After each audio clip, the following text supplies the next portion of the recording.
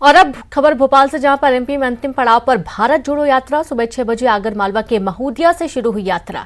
सुबह 10 बजे अकली में होगा यात्रा का मॉर्निंग ब्रेक। वहीं दोपहर 3:30 बजे जैन मंदिर सुनसेर से यात्रा दोबारा शुरू होगी। शाम 6:30 बजे मंगेशपुर चौराला में होगा यात्रा का विराम।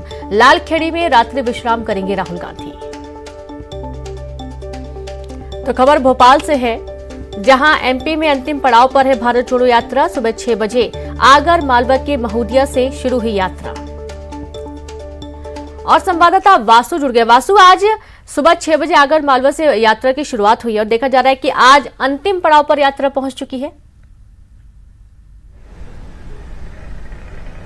बिल्कुल रीनू, देखिए मध्य प्रदेश में करीब बीते 2 सप्ताह से राहुल गांधी की यात्रा जो कि बुरहानपुर जिले से दाखिल हुई थी, बुरहानपुर के बाद खंडवा, खरगोन, इंदौर, उज्जैन होते हुए अब आगर मालवा पहुंच चुकी है, जो यात्रा के रूट में अंतिम डिस्ट्रिक्ट है मध्य प्रदेश में। इसके बाद यात्रा अब राजस्थान में प्रवेश कर जाएगी और इस यात्रा के दौरान कई सारी तस्वीरें सामने आई। हमने देखा राहुल गांधी कभी बच्चों के साथ थिरकते हुए, तो कभी बच्चों के साथ बैठकर बातचीत करते हुए, महिलाओं से मिलते हुए, समाज के अन्य वर्गों से मिलते हुए, जनसभाओं को संबोधित करते हुए, ओमकारेश्वर, महाकालेश्वर और मां नर्मदा का पूजन करते हुए नजर आए। कई तरह से लोगों के बीच पहुंचने की कोशिश इस दौरान कांग्रेस ने की है। तो वहीं कई कंट्रोवर्सी भी इस पूरी यात्रा से जुड़ी है, चाहे फिर तथाकथित रूप से पाकिस्तान जिंदाबाद के नारे यात्रा के दौरान जो लगने का एक वीडियो वायरल हुआ, कांग्रेस के ट्विटर हैंडल से ही वो वीडियो शेयर कर दिया गया। बीजेपी ने कांग्रेस को इस पूरे मसले को लेकर जमकर घेरा। हाल ही में वो मसला भी सामने आया जब राहुल गांधी के साथ स्वरा भास्कर कदमताल करती हुई नजर आई और उसके बाद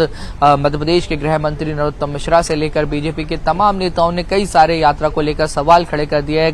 यहां तक आरोप लगाए गए कि राहुल गांधी भारत जोड़ने की बात कर रहे हैं, लेकिन ऐसे लोगों को साथ में लेकर चलते हैं जो देश को तोड़ने की बात करते हैं। तो इस तरीके की कई सारी कंट्रोवर्सीज भी इस पूरी यात्रा के दौरान देखने को मिली हैं। बहरहाल देखने वाली बात यह होगी रीनू कि इस यात्रा का कितना पॉलिटिकल माइलेज कांग्रेस ले पाती है। राहुल गांधी के मध्य प्रदेश से राजस्थान में दाखिल हो जाने के बाद कांग्रेस कितनी एकजुट रह पाती है, कितनी ताकत से जो राहुल गांधी ने behind the scenes, behind the curtains हम जिसको कहते हैं, कि जब मध्य प्रदेश के नेताओं के साथ वो इस दौरान बैठते होंगे, बातचीत करते होंगे, तो कुछ ना कुछ उन्होंने अपना संदेश, अपना मैसेज, अपनी स्ट्रैटेजी जरूर बताई होगी, क्योंकि अगले साल मध्य प्रदेश में विधानसभा के चुनाव भी होने। तो इस लिहाज से ये यात्रा मध्य प्रदेश के लिए बेहद खास थी और अब देखना होगा कि इस पूरी यात्रा का क्या कुछ असर दिखाई देता है। कांग्रेस एकजुट होती है, कार्यकर्ताओं में कितना जोश आता है और कितना बेहतर परफॉर्म आने वाले समय में कांग्रेस करती है, क्योंकि आपकी पार्टी का जो सबसे बड़ा नेता है वो प्रदेश में 14 से 15 दिन अगर रहता है तो उसका कहीं ना कहीं असर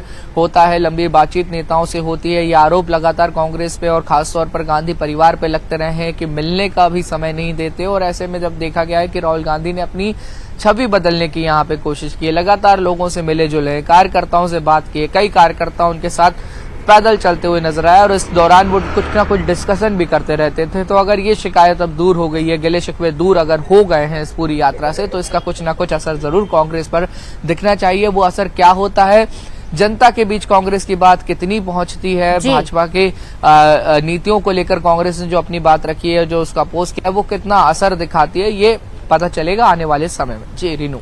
जी बिल्कुल, बहुत शुक्रिया आपका वासु तमाम जानकारी के लिए। तो इस तरीके से एमपी में अंतिम पड़ाव पर भारत जोड़ो यात्रा पहुंची हुई है और उसको लेकर काफी सियासत भी देखने को मिली है। खबर भोपाल से है, जहां दक्षिण के प्रसिद्ध संगीतकार टी.एम. कृष्णा भारत जोड़ो यात्रा में शामिल होंगे। उन्हें देश में एकजुटता के प्रयासों के लिए मैग्सेसे एवं इंदिरा गांधी पुरस्कार दिया गया है। आज टी.एम. कृष्णा आगर जिले में भारत जोड़ो यात्रा में शामिल होने के लिए देर रात इंदौर पहुंच गए हैं।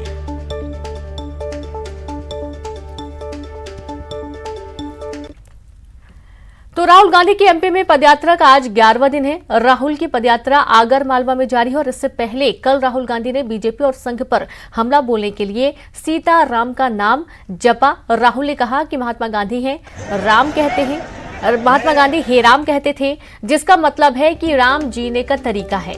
लेकिन बीजेपी हे राम नहीं बल्कि जय श्री राम कहती है। राहुल ने आगे कहा कि बीजेपी और संघ जय श्री राम तो कहते हैं, लेकिन जब सीताराम नहीं कहते, राहुल ने जय सीताराम नहीं कहते, राहुल ने इसके पीछे अपना फॉर्मूला भी समझाया और कहा कि उनके संगठन में सीता नहीं है, उन्होंने सीता को बाहर कर दिया है, इसलिए वो जय सिया राम नहीं कहते। आइए सुनाते हैं और क्या कुछ कहा राहुल गांधी ने। वो सिया राम जय श्री राम तो कर ही नहीं सकते, क्योंकि उनके संगठन में एक महिला नहीं है।